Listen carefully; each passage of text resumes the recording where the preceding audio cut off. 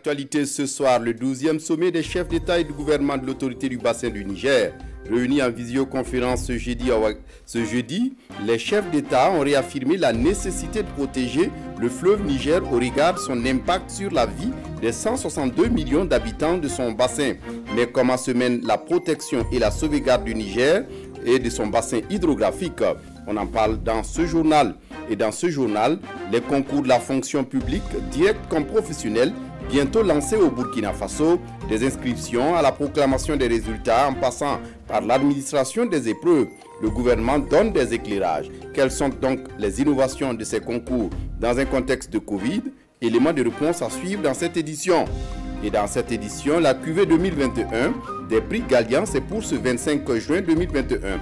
La 24e édition du concours d'excellence en journalisme enregistre plus d'une centaine d'œuvres, toutes catégories confondues. Face à la presse ce jeudi, les organisateurs annoncent des réformes pour la 25e édition. Images et commentaires à suivre dans ce 20h. Bonsoir et ravi de vous retrouver. Le président du Faso, élu à la tête de l'autorité du bassin du Niger pour un mandat de 3 ans. Les chefs d'État et de gouvernement réunis ce jeudi en visioconférence l'ont désigné à l'unanimité. Ils ont également discuté d'une feuille de route et de la mise en œuvre des projets. Ils ont aussi insisté sur la nécessité de protéger le fleuve Niger au regard de son impact sur la vie des 162 millions d'habitants de son bassin. Adama Guiti, Marguerite Douanio. C'est un sommet des chefs d'État et de gouvernement de l'autorité du bassin du Niger qui, dès l'entame de ses travaux ce matin, affiche la volonté par la voix du président en exercice de protéger le fleuve Niger qui est un outil important de développement dans les pays de son bassin. La session permet d'examiner les rapports des travaux des ministres et des experts en vue de leur adoption. C'est à l'unanimité donc que les chefs de l'État ont adopté le rapport du Conseil des ministres qui faisait 5 résolutions, dont une qui portait sur la construction du siège de l'ABN au Niger, sur l'adoption de la feuille de route, sur l'adoption également du règlement intérieur et sur la mise en route d'autres projets qui n'avaient pas encore vu le jour. Le 12e sommet a aussi permis le renouvellement des instances dirigeantes de l'organisation transfrontalière. Les chefs d'État ont à l'unanimité décidé de porter le président du Burkina Faso, son Excellence Roch-Marc Christian Kaboré, à la tête donc de l'autorité du bassin du Niger. La question du secrétariat exécutif n'a pas pu trouver de solution donc à ce sommet et donc il revient au Burkina Faso de programmer le prochain sommet et de dire dans quelles conditions le secrétariat exécutif pourra être pourvu d'un nouveau leader. En attendant, le secrétaire exécutif actuel continuera d'assurer cette tâche-là. L'autorité du bassin du Niger regroupe 9 pays que sont le Bénin, le Burkina Faso, le Cameroun, la Côte d'Ivoire, la Guinée, le Mali, le Niger, le Nigeria et le Tchad. Autre point de l'actualité ce soir, vers l'opérationnalisation de la caisse de dépôt et de consignation au Burkina Faso. Ce matin, le Premier ministre Christophe Dabiré a procédé à l'installation des membres de la commission de surveillance de la caisse. Sachez que la caisse de dépôt et de consignation du Burkina est une institution spécifique qui essaie d'améliorer les financements de l'économie burkinabé. Quelle est la mission de cette commission de surveillance? Explication avec Ali Loubadini et Vincent Ndrebego. 5 représentants de l'Assemblée nationale font leur entrée dans la commission de surveillance de la Caisse de dépôt et consignation du Burkina Faso. Il s'agit des députés Idrissa Douamba, Edasso Rodrigue Bayala, Alexandre Tapsoba, Yacouba Milogo et Yaya Zungrana, et une personne de ressources nommée Isaka Kongo. Ils forment avec d'autres personnes les 11 membres de la commission de surveillance de la CDCBF, officiellement installée ce matin à la primature par le Premier ministre. Séance tenante, cette commission élit son président en la personne de Idrissa Douamba. Il faut maintenant opérationnaliser cette institution financière longtemps annoncée, ce que demande Christophe Dabiré. Ça fait un bout de temps que la première commission de surveillance a été mise en place et les gens ont le sentiment de ne rien voir venir. Donc vous avez la responsabilité de faire en sorte que cette caisse-là soit réellement opérationnelle dans les semaines à venir, avec le directeur général de la Caisse, j'avais pris l'engagement de faire en sorte qu'il y ait une concertation avec les structures qui doivent faire en sorte qu'il y ait une dévolution de leurs ressources en direction de la Caisse. Il y a eu déjà des rencontres qui ont été effectuées et je crois que nous sommes en train d'avancer vers une solution ou un consensus, un accord. La commission de surveillance de la CDCBF est en quelque sorte le conseil d'administration de cette caisse dirigée par Paul Kabatieba. Le nouveau président de sa commission de surveillance et son équipe prennent l'engagement de travailler à faire de la CDCBF un instrument de financement de l'économie nationale à travers des projets structurants. L'Aigle, pour étendre ses ailes sur la formation en matière de gouvernance et de leadership économique, l'Aigle, c'est l'Académie internationale pour la gouvernance et le leadership économique, une institution de la Chambre de commerce et d'industrie du Burkina Faso. Ces formations visent à renforcer les capacités d'initiative et de management à travers le leadership et la bonne gouvernance. Les types de sessions de formation proposées par l'Aigle avec Suleiman Sanou et Ernest Kambiré. Aigle. Un cycle, 5 lettres, un instrument, une vision. L'Aigle est une création de la Chambre de commerce. Et c'est quoi la vision? La vision, c'est de se dire, nous sommes à une étape aujourd'hui, nous devons nous nourrir des expériences qui marchent et essayer de tendre vers ce qui marche et ce qui est durable. Engagé donc sur un important chantier pour l'amélioration de la compétitivité des entreprises burkinabè, l'Aigle, l'Académie internationale pour la gouvernance et le leadership économique, est à ce jour la dernière née des structures spécialisées de la Chambre de commerce et d'industrie du Burkina.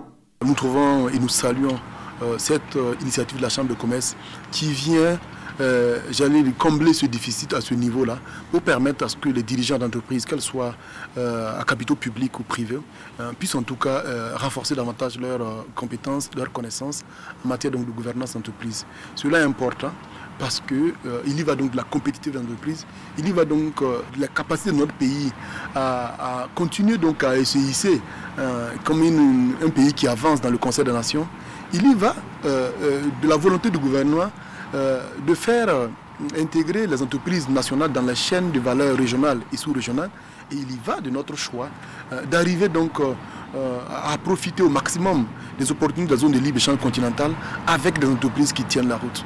Placé sous le signe de l'esprit entrepreneurial et les bonnes pratiques de gouvernance, l'Aigle, le nouveau fleuron de l'identité du secteur privé burkinabè, dont les activités sont ici officiellement lancées, vient compléter le dispositif existant en matière de formation sur la gouvernance économique. Réflexion d'experts sur les finances du Burkina Faso, c'est l'IRFID, l'Institut de recherche sur les finances qui mène les débats à Ouagadougou. Il s'agit d'insister sur la reconstruction de l'économie burkinabè, surtout éprouvée par le Covid-19. Explication, Roger Kam, Caroline Wari.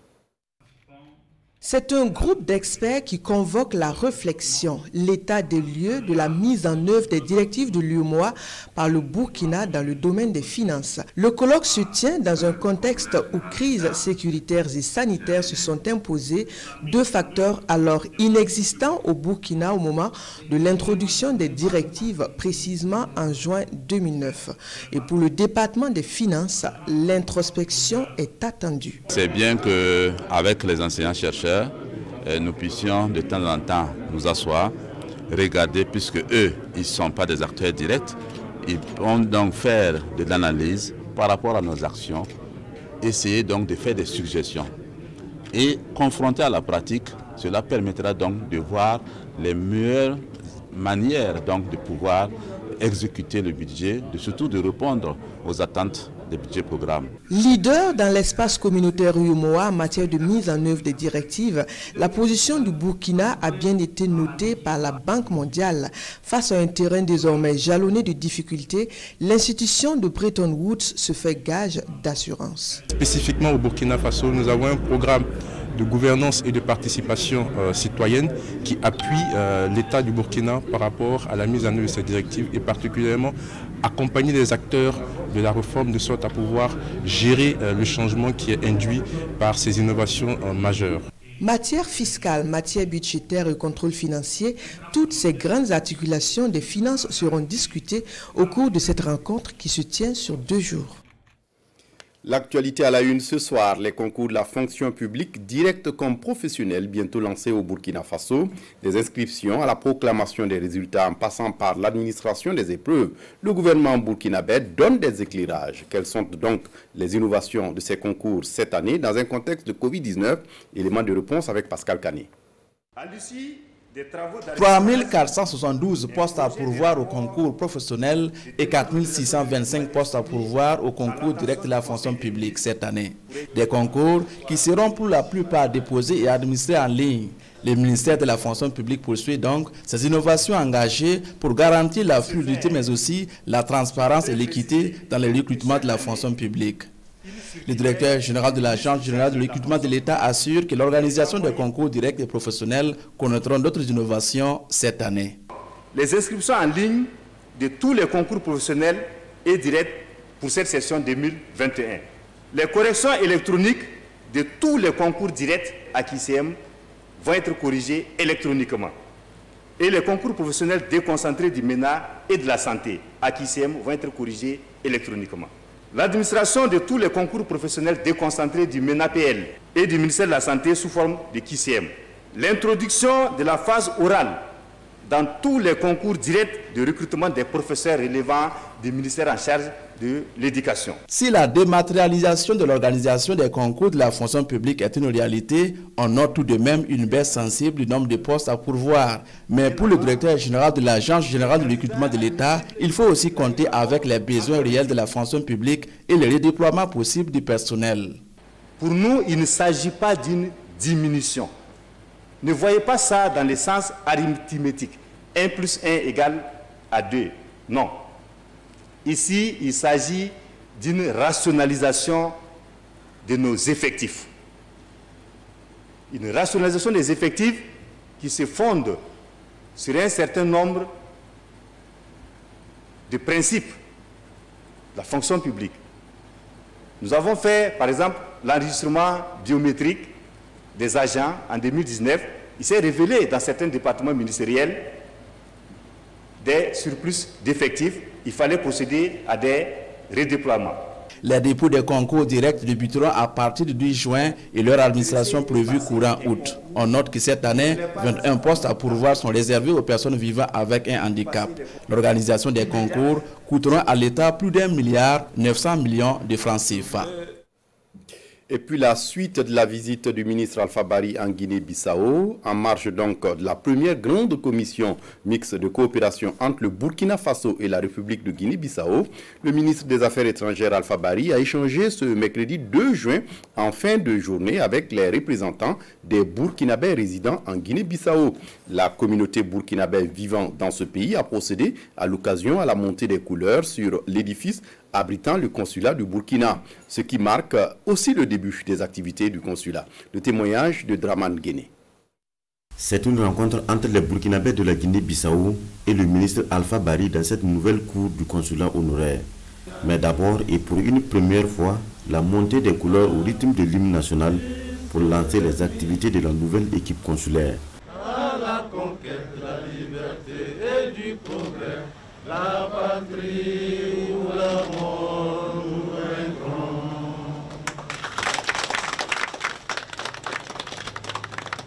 C'est une connexion désormais entre les Burkinabés de la Guinée-Bissau et leur pays, bien que la fonction de consul honoraire soit une fonction bénévole, mais on peut dire que c'est un embryon de représentation diplomatique qui a son intérêt, d'autant plus que ça sert pour la protection consulaire donc, des ressortissants dans ce pays. Ça fait longtemps qu'on l'attendait. Aujourd'hui, sur fait, vraiment on est tellement content de l'avoir aujourd'hui. C'est la conclusion en fait, c'est le couronnement des doléances que nous avions faites il y a déjà de longues années. Nous sommes une communauté burkinabé qui a commencé dans les années 90 avec 4 ou 3 personnes, qui a grossi et qui a atteint actuellement environ 400 personnes. Maïmouna Boro, la désormais consul honoraire du Burkina en Guinée-Bissau, doit répondre de plus de 400 personnes, veiller sur elles et sur leurs biens. Ça fait 15 ans que je suis en train de rassembler les Burkinabés en Guinée-Bissau. Avec ma nomination, je vais essayer de les rassembler de plus. Donc, je remercie Monsieur le ministre, l'ambassadeur et le président du FASO, que je vais continuer à me battre à côté de mes compatriotes pour renforcer les liens. Au Burkinabé de Guinée-Bissau, c'est un appel d'unité, c'est un appel de solidarité. Ce sont les appels que le président du FASO, le président Roch-Marc Christian Kaboré, leur a toujours lancés. Et partout où le Burkinabé est, il doit faire en sorte qu'on puisse le reconnaître avec cette étiquette-là, qui est le pays des hommes intègres, le pays des gens sérieux. Ce sont des débats en famille et à bâton rompu qui tournent autour des nouvelles du Burkina et des conditions de vie de la diaspora burkinabé en Guinée-Bissau. Après la première session parlementaire, les députés du groupe parlementaire Nouveau Temps pour la démocratie sont au bilan. Un devoir de redevabilité des membres du groupe qui ont insisté sur leur contribution. Les membres du groupe Face à la presse sont revenus sur 2 points de l'actualité, notamment la crise sécuritaire, mais aussi la crise dans le système éducatif. Le groupe fait partie de la majorité présidentielle. Salifou Belem, Oumou Sissé. Après la clôture de la première session ordinaire de l'Assemblée nationale le 28 mai dernier, c'est l'heure du bilan pour le groupe parlementaire Nouveau Temps pour la démocratie NTD. Cette première session a connu l'examen et l'adoption de 30 lois, parmi lesquelles 20 lois portant sur des ratifications d'accords. Le groupe parlementaire du Nouveau Temps pour la démocratie NTD a donné sa caution à l'ensemble de ces projets de loi en votant pour. Ce vote positif de notre groupe s'explique d'une part par la pertinence des projets de loi soumis à notre appréciation et d'autre part par notre engagement à soutenir les actions du gouvernement dans sa quête permanente de bien-être des populations de nos villes et campagnes. Autre temps fort de la première session parlementaire, le discours du Premier ministre sur la situation de la nation. Le groupe parlementaire se dit satisfait de ce passage et des réponses apportées aux différentes préoccupations. La question sécuritaire, et je crois que l'ensemble du groupe a approfondi ces questions-là et a fait un certain nombre de suggestions qui, je crois, doivent être normalement prises en compte par le gouvernement. Nous avons également abordé la question relative à la crise scolaire. Et sur cette question, le groupe préconise le dialogue entre les différents acteurs de l'éducation afin que des solutions idoines soient trouvées. Le groupe parlementaire NTD compte 13 députés, ce qui fait du parti la deuxième force politique de la majorité présidentielle et la troisième force politique du pays. De leur côté, les députés du groupe parlementaire Paix, Justice et Réconciliation nationale sont au rapport. Après la fin de la première session parlementaire le 28 mai dernier, les députés du groupe étaient donc face aux hommes et femmes de médias. Ils ont fait le bilan de leur participation à cette première session de l'année de la 8e législature. Le point avec Nyarki Teda.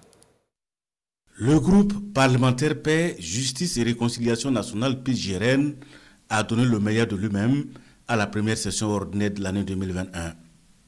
C'est en substance la déclaration liminaire de son président à ce rendez-vous avec les hommes des médias. Pour cette première session, 4 résolutions et 30 projets de loi ont été adoptés par l'Assemblée nationale. Sur les 30 lois, 20 portent sur des accords de ratification et reçoivent l'approbation du groupe parlementaire PJRN. Nous avons donné notre accord pour toutes les ratifications sur la base du fait qu'il s'agit de prêts qui doivent servir à l'intérêt du Burkina Faso. Mais nous avons insisté sur le fait que l'engagement de l'État burkinabé et du peuple burkinabé pour ces sommes d'argent doit être fait sur une base saine. Les 10 autres portent sur la protection des personnes, la prorogation du mandat des élus locaux, la réglementation des drones civils, approuvée également par le groupe à l'exception de la loi des finances rectificatives. Après l'analyse de l'exposé des motifs et des orientations budgétaires, bien que ne comportant pas que des points négatifs, le groupe parlementaire Paix, Justice et Réconciliation nationale a noté, entre autres insuffisances, le faible appui budgétaire aux volontaires pour la défense de la patrie. Le groupe parlementaire, au regard des insuffisances constatées, a décidé de voter abstention. Les députés du groupe parlementaire PJRN ont été actifs dans le contrôle de l'action gouvernementale.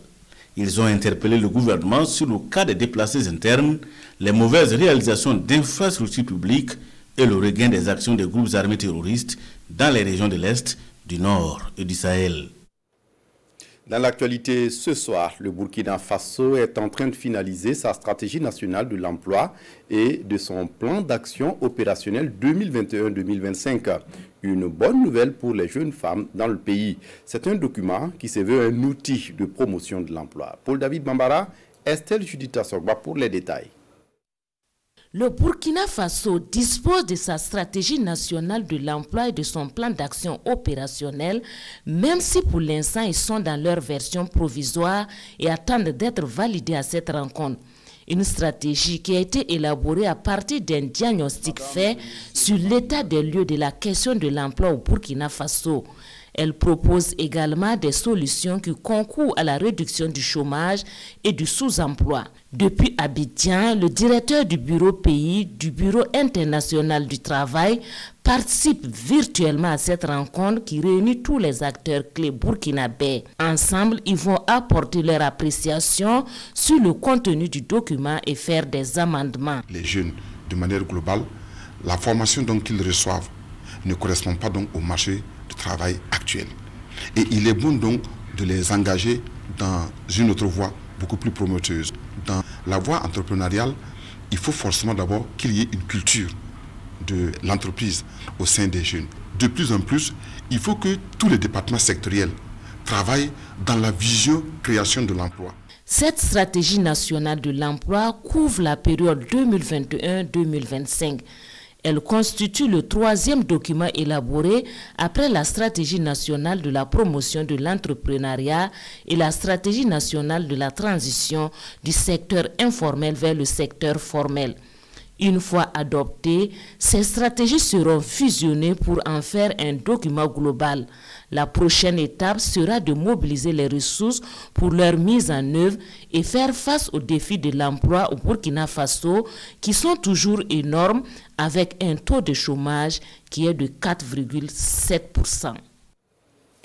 Le réseau ouest-africain des femmes leaders vient d'organiser une rencontre pour aider à prévenir les conflits et travailler au renforcement de la paix et à la cohésion sociale. C'est un atelier de 72 heures qui a regroupé une cinquantaine de participants. Le point est avec Ahadi Sandamba.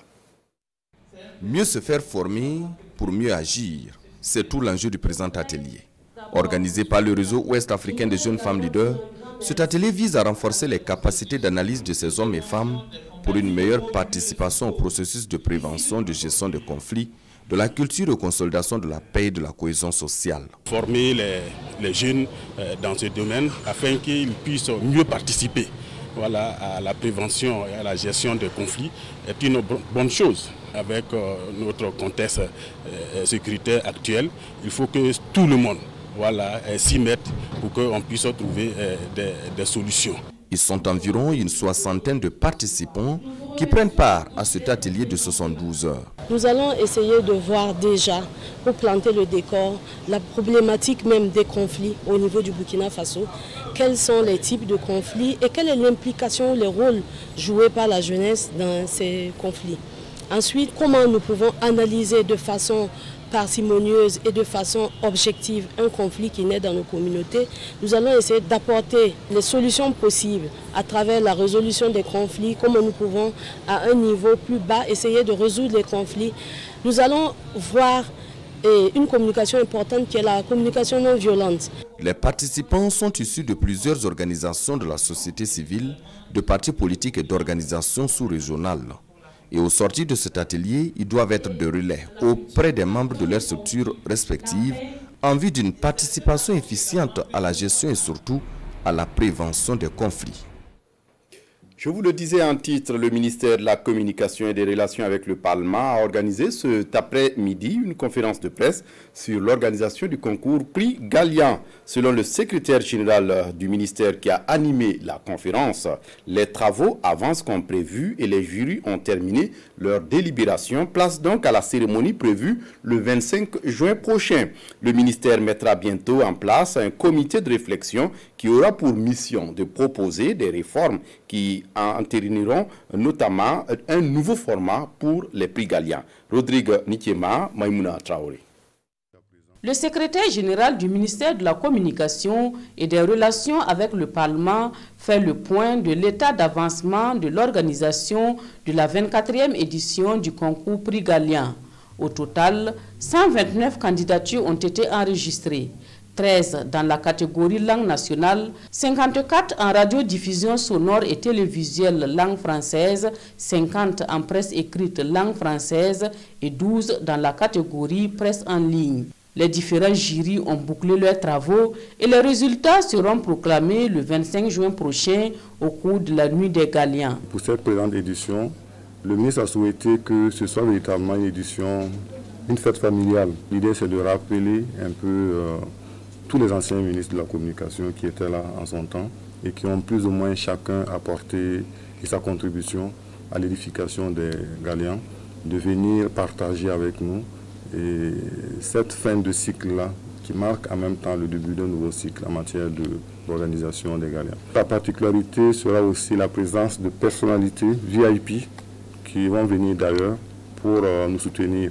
Cela, du coup, va permettre une ouverture de ces prix-là vers d'autres cieux. Selon toujours le secrétaire général, le concours Prix Gallian a acquis une grande maturité et pour lui donner plus de notoriété, des réformes sont en cours. Un comité de réflexion sera bientôt mis en place avec pour mission de proposer un nouveau format à partir de la 25e édition.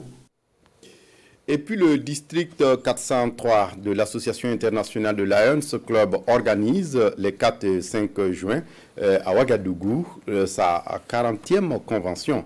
L'information a été donnée au cours d'une conférence de presse tenue ce 1er juin au gouvernorat 403A3.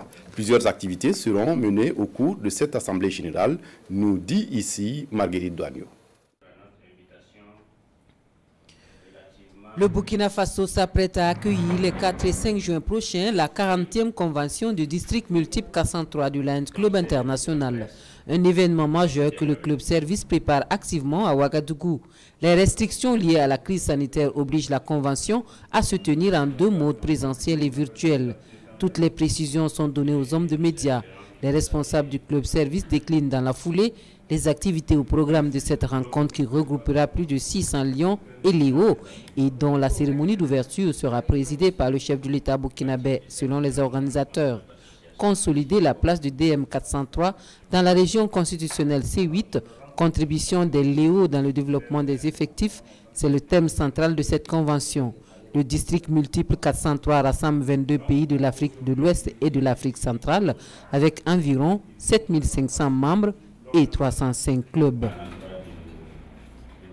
Et puis, pour refermer cette édition, pour le développement de l'industrie cinématographique, un atelier régional sur la contribution des festivals au développement de l'industrie du cinéma et de la résilience du secteur culturel en Afrique dans un contexte de Covid-19 vient de s'achever ce 27 mai à Ouagadougou.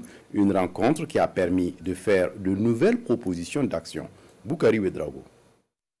Après 3 jours de réflexion, tous les goulots qui étranglent le développement du 7e art africain, surtout en période de Covid-19, ont été identifiés par ces experts venus de plusieurs pays africains. Les réflexions qui ont été faites ici sont des réflexions qui ont le niveau d'une conférence, d'un colloque et même d'un symposium. Une discussion à bâton rompu et en toute indépendance. Le résultat, la boussole qui donne la nouvelle orientation pour un cinéma africain émergent, vient d'être trouvé, reste maintenant à aller au combat et il le faut, car le cinéma et l'audiovisuel contribuent pour beaucoup au développement des pays africains. Traiter de cette question en Afrique permet aux experts ici présents à préparer des armes de combat pour les États africains.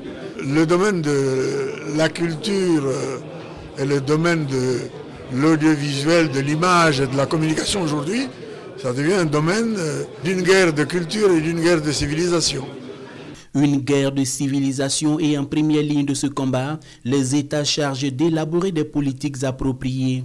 Déjà, les rudiments sont disponibles. Les recommandations que nous avons formulées tendent à faire en sorte que les politiques publiques prennent davantage en charge la spécificité donc de ces festivals et que dans les modes de consommation, de production, nous puissions faire en sorte que le secteur des industries culturelles à travers donc, les festivals puisse poursuivre donc, les activités et que les professionnels du cinéma ne continuent pas d'être si touchés ou durement affectés donc par cette pandémie. Le remède pour la contribution des festivals au développement de l'industrie du cinéma et à la résilience du secteur de la culture en Afrique sous contexte Covid-19 est maintenant disponible. C'est tout pour ce 20h. Merci de l'avoir suivi. Très bonne suite de programmes sur la RTB. Au revoir.